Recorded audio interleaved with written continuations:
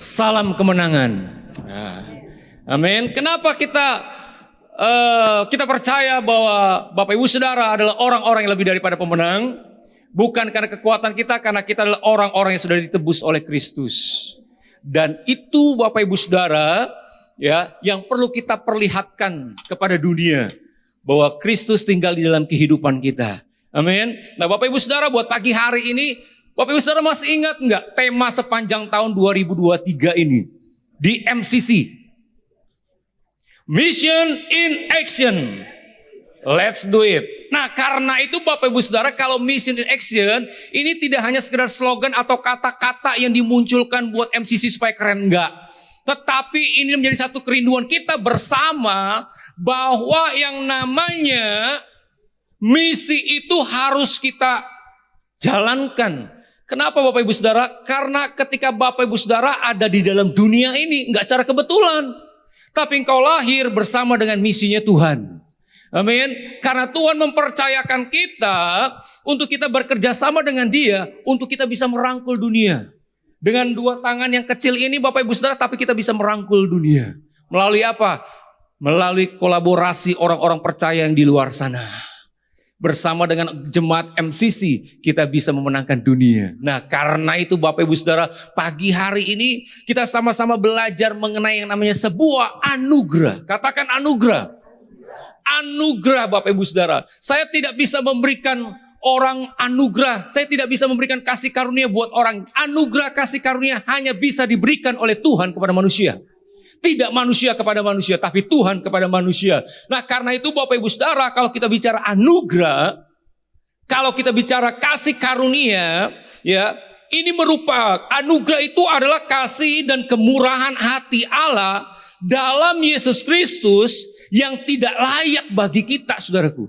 Sebagaimana Dia tunjukkan di dalam keselamatannya secara cuma-cuma yang Dia sediakan bagi manusia. Bapak Ibu Saudara tidak layak untuk menerimanya. Saya tidak layak menerimanya. Tapi karena ada kasih karunia, yaitu Yesus, maka yang tidak layak menjadi layak. Bukan karena kehebatan saya, bukan karena penampilan kita, bukan karena profesi kita, tapi kasih karunia Allah diberikan dengan cuma-cuma. Tanpa kita membayar sedikit pun.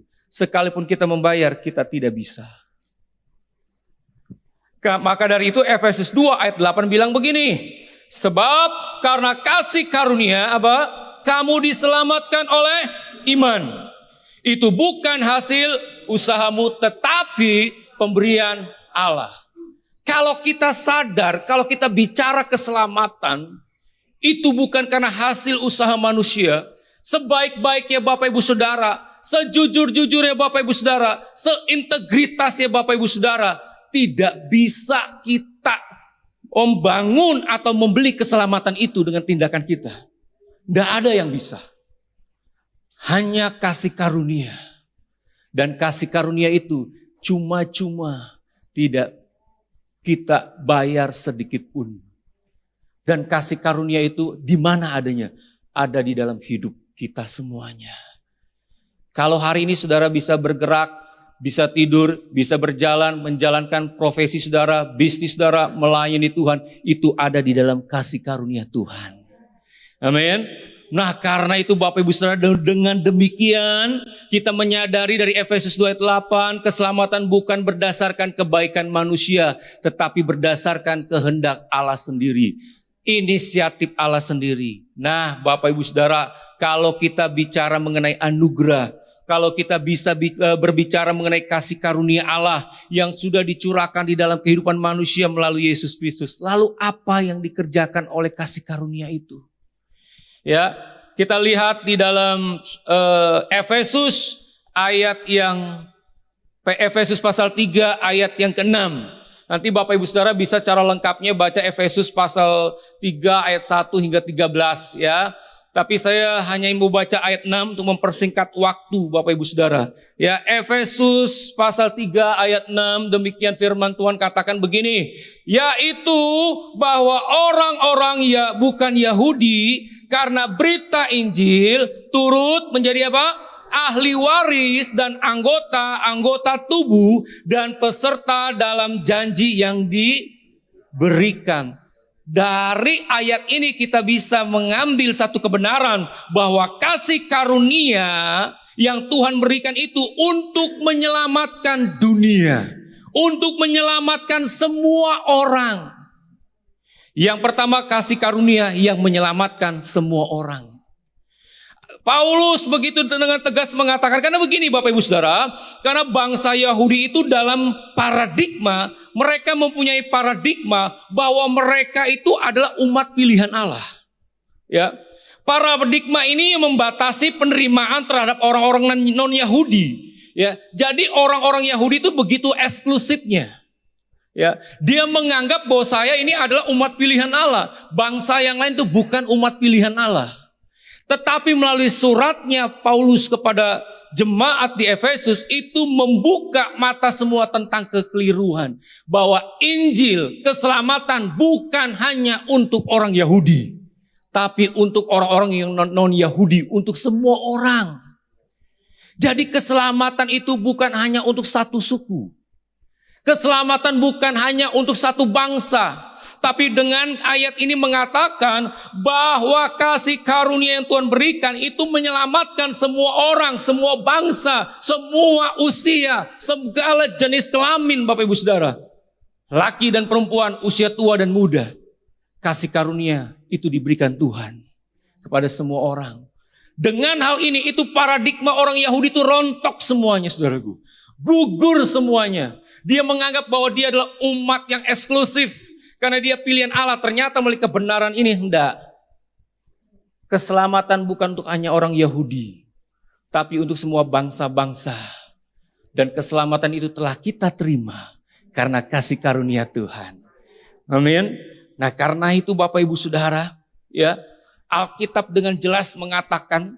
Ya ternyata bahwa orang-orang bukan Yahudi karena berita Injil turut menjadi ahli warisnya. Jadi saudara harus paham, saudara harus mengerti bahwa keselamatan itu bukan hanya untuk satu negara, satu bangsa, satu suku, tapi segala suku yang ada dalam dunia ini. Makanya Yesus bilang apa? Pergi beritakanlah Injil ke seluruh dunia. Arti ke seluruh dunia, saudara tahu ujungnya dunia kita nggak pernah tahu. Tapi yang dimaksud Yesus setiap yang bernafas, setiap manusia yang bernafas, Injil harus sampai kepada mereka. Karena apa? Karena kasih karunia itu menyelamatkan semua orang. Kalau semua orang, mereka di pedalaman berhak untuk mendengar Injil tentang keselamatan. Maka dari itu MCC Mission in Action. Bukan hanya di sebuah tulisan di setiap di medsos mungkin ya, atau kalau saudara melihat ada di kaos saudara, enggak. Tapi Mission in Action ada di hati kita. Ada di langkah-langkah kita. Semuanya bergerak bicara mengenai misi. Apapun bentuk pelayanannya. Misi cari jiwa yang terhilang. Bapak Ibu Saudara, yang kedua ya, bicara mengenai kasih karunia. Ya, ketika orang mendengarkan, ketika keselamatan sampai kepada seseorang dan orang itu mau menerimanya, dan Alkitab berkata dia jadi ahli waris. Yang kedua apa? Anggota. Jadi mereka bukan lagi orang-orang yang non-Yahudi, tapi mereka bukan lagi orang Yahudi. Mereka bukan lagi menjadi orang non-Yahudi. Mereka bukan mungkin hanya orang Ambon, tapi mereka bukan hanya orang Batak, tapi kita jadi satu keluarga menjadi anggota tubuh Kristus. Bapak Ibu Saudara yang terkasih di dalam Tuhan, karena itu Bapak Ibu Saudara adalah ahli waris kerajaan surga. Beda suku karena kita terima kasih karunia keselamatan daripada Tuhan, maka kita menjadi anggota tubuh Kristus. Dan yang ketiga, kita terlibat menjadi peserta menerima janji-janji Tuhan yang bukan hanya untuk Israel, tapi untuk segala bangsa termasuk kita. Amin. Yang kedua, kasih karunia itu memberi kekuatan. Untuk apa? Untuk memberitakan Injil. Sama-sama dengan saya memberitakan Injil. Bapak Ibu Saudara, kalau kita bicara mengenai memberitakan Injil, mungkin kita banyak alasan-alasan. Tapi kasih karunia itu yang memberikan kemampuan dan kekuatan untuk kita bisa mengabarkan yang namanya kabar baik buat orang lain. Ya, Alkitab bilang gini ayat 8, Bapak Ibu Saudara.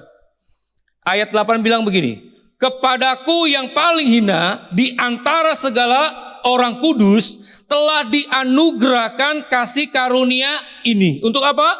Untuk memberitakan kepada orang-orang bukan Yahudi kekayaan Kristus yang tidak terduga itu. Wow, ini sangat luar biasa. Injil itu adalah kekuatan Allah yang menyelamatkan. Itulah pernyataan iman dan keyakinan daripada Rasul Paulus. Paulus tidak hanya sekedar berkata-kata, Paulus tidak hanya sekedar teori, tapi dia menyadari, dia mengalami sendiri bagaimana kekuatan Allah itu. Injil mengubah kehidupannya. Dia seorang penganiaya jemaat, dia seorang yang agamawi, yang berpegang teguh pada agamawi. Tapi semuanya itu dirontokkan kembali ketika dia berjumpa dengan kasih karunia itu.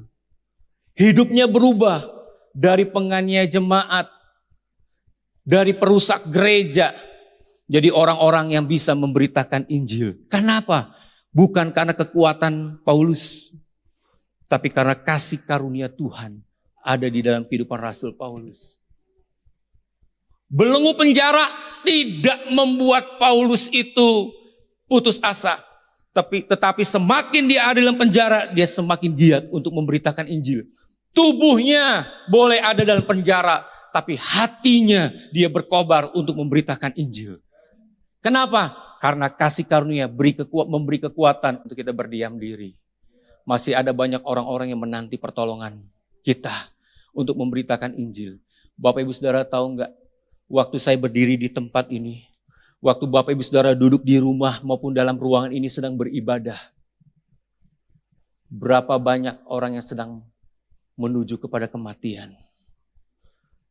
Berapa banyak Bapak Ibu Saudara? Mungkin kita tidak kenal mereka, tapi mereka membutuhkan kabar baik itu. Supaya kematian mereka menjadi kematian yang berarti karena mereka sudah mendengarkan tentang Injil. Amin.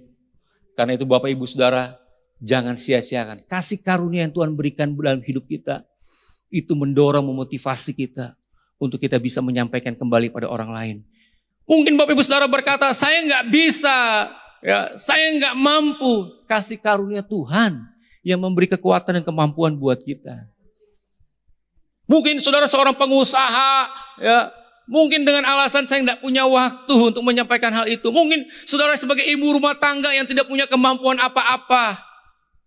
Mungkin saudara seorang hamba Tuhan dengan keterbatasannya. Bapak Ibu Saudara dengar baik-baik.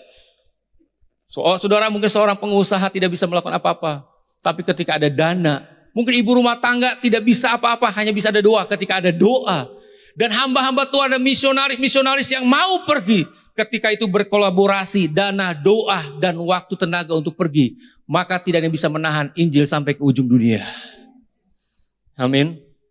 Siapapun kita, diberikan kasih karunia, kita bisa melakukannya untuk memberitakan Injil.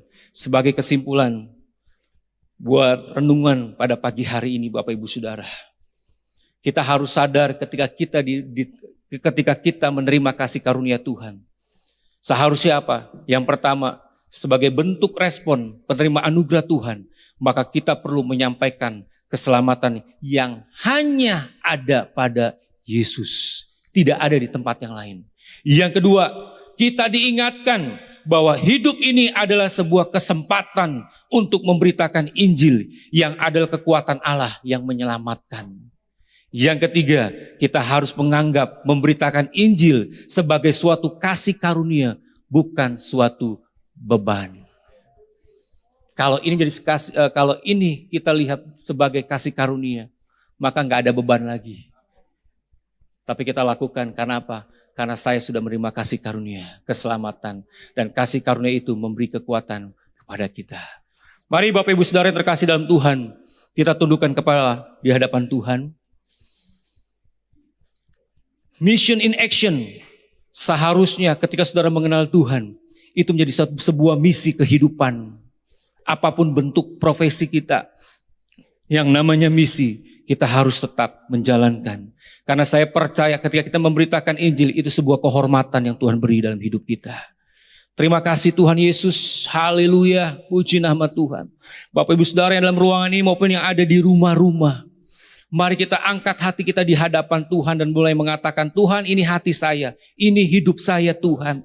Sekalipun mungkin usia saya tidak muda lagi Tuhan, atau mungkin saya masih muda, tapi saya mau dipakai oleh Tuhan untuk saya bisa menjadi orang-orang yang menyampaikan, membawa pesan kabar baik kepada orang lain.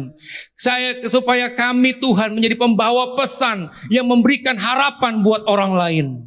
Terima kasih Tuhan Yesus, terima kasih Tuhan. Kami bersyukur kepada Tuhan Bapak Ibu Saudara. Kita orang-orang yang telah menerima kasih karunia Tuhan. Biar kasih karunia itu bergerak terus dalam kehidupanmu. Kasih karunia Tuhan itu terus mengingatkan kehidupanmu. Biarkan kasih karunia itu berbicara dalam hidupmu. Kasih karunia itu memimpin kehidupanmu untuk bertemu dengan orang. Untuk kita menyampaikan kabar baik di hadapan Tuhan. Pagi hari ini juga Bapak Ibu Saudara, kita akan mengangkat perjamuan kudus. Kembali kita mengingat bagaimana salib Kristus yang telah menyelamatkan dunia ini melalui kematiannya. Bapak Ibu Saudara yang ada di rumah bisa menggunakan air putih atau teh dan roti untuk sama-sama kita akan mengangkat untuk perjamuan kudus ini. Sebelumnya saya akan baca kebenaran firman Tuhan di 1 Korintus pasal yang ke-11 ayat yang ke-23 ya.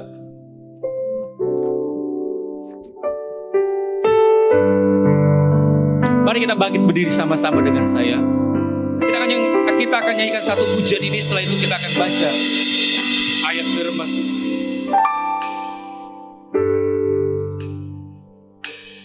Bukit jauh dari sini, sulit asa.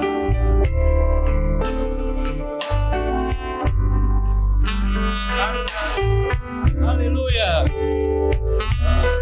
Oh, sebesar. Amin.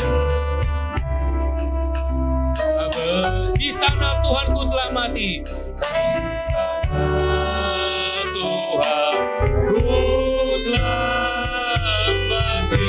Ku datang pada salib itu. Haleluya. Ku datang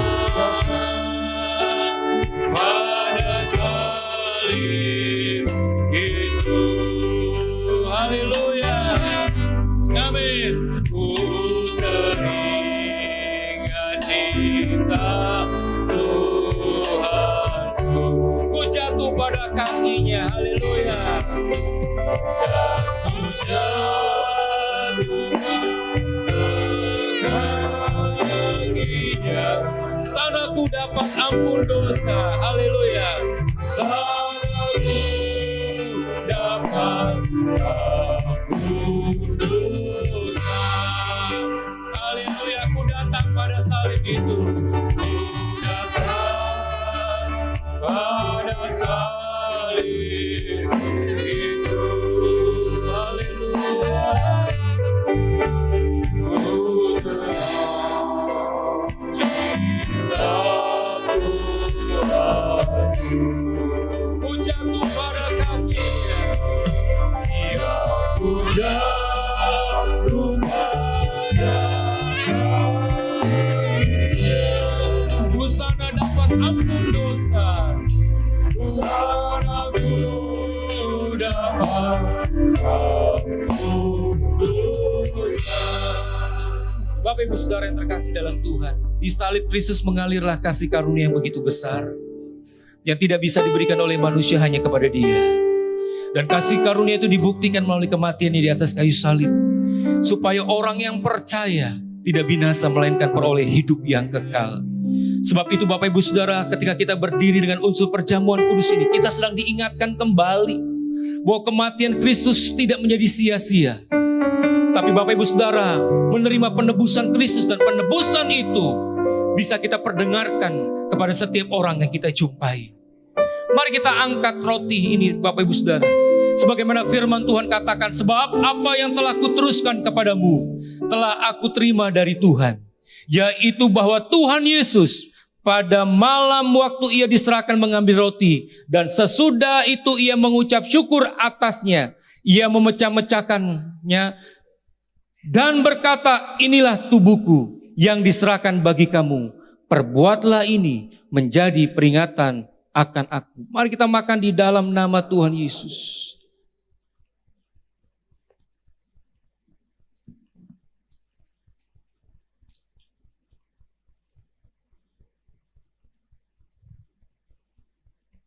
Terima kasih Tuhan.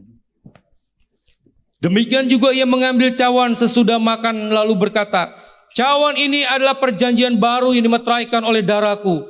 Perbuatlah ini setiap kali kamu meminumnya menjadi peringatan akan aku. Mari kita minum ini di dalam nama Tuhan Yesus.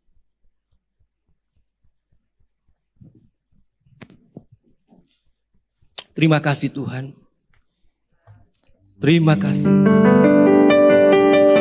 Sebelum Bapak Ibu Saudara duduk, mari kita mengucap syukur kepada Tuhan. Terima kasih Tuhan. Terima kasih. Terima kasih Tuhan. Terima kasih buat pengorbanan-Mu. Terima kasih buat penebusan-Mu. Kau berikan kuasa untuk kami memberitakan Injil. Kami bersyukur kepadamu Tuhan. Haleluya Yesus. Terpujilah Tuhan.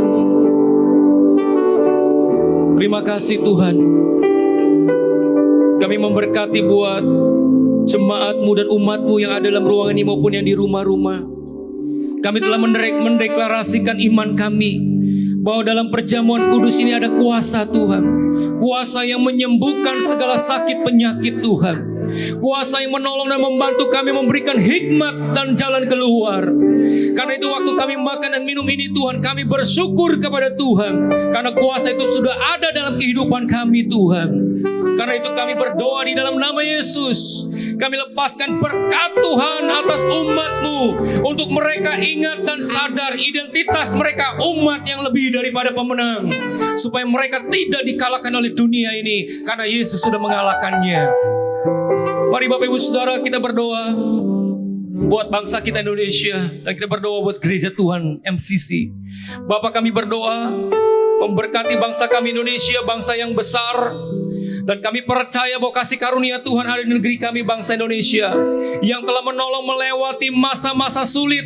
Namun ada jalan keluar yang Tuhan berikan buat bangsa ini. Kami bersyukur dari pandemi menjadi endemi ya Tuhan. Dan kami percaya Tuhan akan melanjutkan karya membuat bangsa Indonesia. Dan kami tidak takut. Kami percaya Tuhan sediakan pemimpin yang akan memimpin 2024 ini ya Tuhan. Karena kami percaya sudah ada di hati dan pikiran Allah. Kami hanya berdoa untuk merealisasikannya. Supaya apa menjadi pilihan Tuhan di 2024 itu akan jadi Tuhan. Sesuai dengan kedaulatan-Mu ya Bapa. Terima kasih kami berdoa juga buat penatua MCC Tuhan. Kami bersyukur dan berterima kasih. Kami memberkati dan berdoa buat Ibu Nani Wijaya. Kami berdoa buat Pak Nathanael. Kami berdoa buat Pak Davi Makimian. Kami berdoa buat Pak Anta Kirana. Penatua-penatua yang Tuhan percayakan untuk memimpin MCC ini. Kami berdoa kesehatan, kekuatan, pengurapan ada di atas kehidupan mereka. Engkau memegari dengan kasih karunia-Mu ya Tuhan. Memberi kekuatan, hikmat, kesatuan hati untuk bergerak bersama-sama mewujudkan impian Tuhan buat gereja MCC ini Tuhan. Kami berkati di dalam nama Yesus. Kami berkati setiap gembala-gembala wilayah Tuhan, buat Pak Gideon Makaraung, buat Pak Sony. Kami berdoa buat Pak Asa Boas. Kami